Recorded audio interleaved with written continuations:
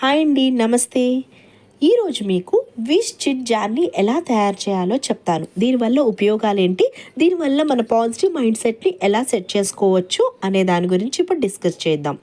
మనకి ఈ wish chit జార్లో ఏంటంటే మార్నింగ్ నుంచి నైట్ పడుకునేంత వరకు మన లైఫ్లో జరిగేటటువంటి ఏదైనా మంచి విషయాలు, మనకి ఆనందాన్ని ఇచ్చే విషయాలు, పాజిటివ్గా ఫీల్ అయిన విషయాలు ఒక 3 or 4 మన దగ్గర ఉంటాయి కదా.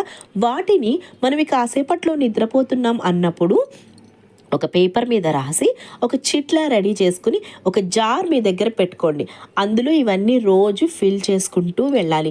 ఇలా మీరు డైలీ కనుక ఫిల్ చేసుకుంటూ వెళ్తూ ఉన్నారనుకోండి, 365 డేస్కి అలా అన్ని మంచి పాజిటివ్ విషయాలన్నీ మీకు ఫిల్ అవుతూ ఉంటాయి. ఎప్పుడైనా సరే మీ ఇంట్లో కానీ మీ లైఫ్లో కానీ అనుకోకుండా ఏదైనా నెగిటివ్ సిచ్యువేషన్ వచ్చినప్పుడు కానీ, మనసు బాగలేదు అని అనిపించినప్పుడు ఈ చిట్స్ని తీసి చదువుకోండి. అప్పుడు మీకు ఏమవుతుందంటే నెగిటివ్ నుంచి పాజిటివ్కి షిఫ్ట్ అవ్వడానికి మీకు ఇది యూజ్ అవుతుందన్నమాట. ఎప్పుడు కూడా కాన్షియస్ మైండ్ ఒకలాగా, సబ్ కాన్షియస్ మైండ్ ఒకలాగా పనిచేస్తూ ఉంటుందండి. సబ్ కాన్షియస్ మైండ్కి మంచి చెడు, ఏది బాగుంటుంది ఏది బాగోదు అన్న విషయం అసలుకి తెలియదు. మనం ఏం చెప్తే అదే నమ్ముతుంది, అదే మన రియాలిటీలోకి తీసుకొస్తుంది. అందుకోసం అని చెప్పి మీరు ఎప్పుడు కూడా పాజిటివ్ మైండ్ సెట్ని అలవర్చుకోవాలి. ఇది కొత్తలో ఉన్నప్పుడు అంత ఈజీ కాదు. మేము చెప్పాము, మేము పాటించినప్పుడు కూడా మాకు కూడా చాలా టైం పట్టింది. మేము పాజిటివ్ థింకింగ్లో రావడానికి ఎన్నో టెక్నిక్స్ని యూజ్ చేసాం. ఇప్పుడు కావాలన్నా కూడా మేము నెగిటివ్గా ఆలోచించలేం. వై? బికాజ్ అలాంటి సెట్టింగ్ మా మైండ్కి మేము చేసేసాం. అది కాన్షియస్కి కాదు, సబ్ కాన్షియస్ మైండ్కి. ఏదైనా ఒకటి వచ్చినప్పుడు మేము ఒకటే అనుకుంటాం, ఇది కాదు రియాలిటీ, ఇది రియాలిటీ. ఎప్పుడు నేను సంతోషంగా ఉండడానికి, హ్యాపీగా ఉండడానికి, 10 మందిని హ్యాపీగా ఉంచడానికి, పాజిటివ్ మైండ్ సెట్తో ఉండడానికి నాకు హక్కు ఉంది, కాబట్టి నేను సంతోషంగానే ఉంటాను అని ఉంటుంది. ఈ చిట్స్లో ఏం రాయాలంటే, మీరు ఒకవేళ ఆఫీస్కి వెళ్ళారనుకోండి, అసలు ట్రాఫిక్కే లేకుండా మంచిగా ఆఫీస్కి వెళ్ళిపోతే ఒక ఫీల్ ఉంటుంది కదా. అలాగే మనం ఏదైనా కొత్త రకమైన వంటని మనం ప్రయోగం చేసినప్పుడు ఇంట్లో వాళ్ళందరూ మెచ్చుకున్నారనుకోండి, ఎంత బాగుంటుంది.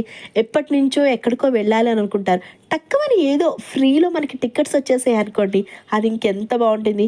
మనకి నచ్చిన హీరో సినిమాని చూడడానికి ఎవరైనా సరే ఫ్రెండ్స్ అందరూ కలిసి మనకి మంచిగా ఏర్పాటు చేశారనుకోండి, తర్వాత పార్టీ, డిన్నర్ ఇలాంటివి ఏమన్నా ఉంటాయి కదండి. అవన్నీ చిన్న చిన్న ఆనందాలు. వీటన్నిటిని మూట కట్టుకొని చక్కగా ఒక చీట్లో రాసుకోండి. ఆ చిట్స్ అన్నిటిని తీసి మంచిగా ఒక జార్లో వేసుకోండి. ఎప్పుడైనా సరే మీకు లోగా అనిపించినప్పుడు, నెగిటివ్గా అనిపించినప్పుడు మీరు ఖచ్చితంగా కనుక ఈ చిట్స్ తీసి చదువుకుంటూ ఉంటే మీరు ఆటోమేటిక్గానే స్విచ్ అయిపోయి మీరు పాజిటివ్ మైండ్ సెట్లోకి వెళ్ళిపోతూ ఉంటారు. పాజిటివ్ మైండ్ సెట్తో ఉండడం చాలా కష్టమైన పని అయితే కాదండి. ఎప్పుడైనా సరే ఏదైనా ఒక సంఘటన మన లైఫ్లో జరిగినప్పుడు దాని తీవ్రత 1-2 రోజులు ఉంటుంది. దాని తర్వాత చుట్టూ ఉన్న పరిస్థితులు కానీ, మన చుట్టూ ఉన్న వాళ్ళు మనకు సహకరించే విధానం కానీ, మనం ఆలోచించే పద్ధతి కానీ, దీని ద్వారా అది నెమ్మదిగా ఆ బాధ కానీ, ఆ సిచ్యువేషన్ కానీ చేంజ్ అయిపోతూ ఉంటుంది.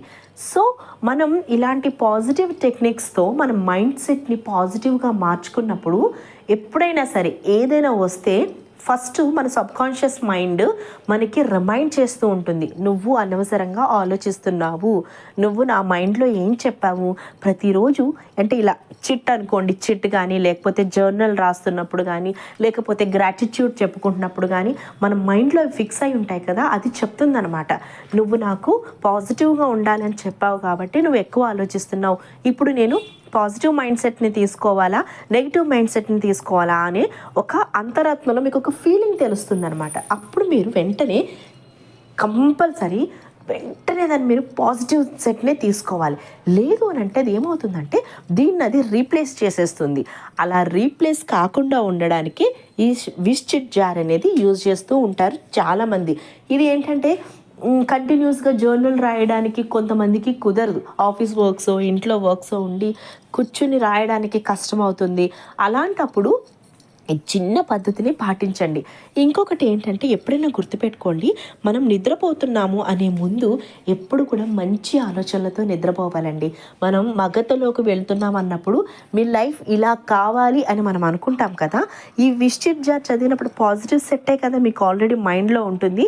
అప్పుడు నాకు ఇది ఇలా కావాలి, నేను ఇలా ఉంటే సంతోషంగా ఉంటాను అని ఊహించుకుంటూ మీరు నిద్రపోయారనుకోండి, అలా కంటిన్యూస్గా కొన్ని రోజులు చేయండి. తెలియకుండానే మీ రియాలిటీలోకి దానికి సంబంధించిన విషయాలన్నీ మీ ముందుకు వస్తూనే ఉంటాయి. అంతేగాని ప్రతి నిమిషం టెన్షన్తో గడపటం కన్నా ఇలా పాజిటివ్ మైండ్ సెట్తో ఉన్నాము అని అనుకోండి, మీరు ప్రశాంతంగా ఉంటారు, మీ చుట్టూ ఉన్న వాళ్ళు కూడా ప్రశాంతంగా ఉంటారు. సో ఈ విశ్చిత్ జార్ని ఎలా యూజ్ చేయాలో తెలుసు కదా. సింపుల్ టెక్నిక్, రోజు 4, 6, 5 రాసుకోండి, చక్కగా అందులో వేసుకోండి, చదువుకోండి.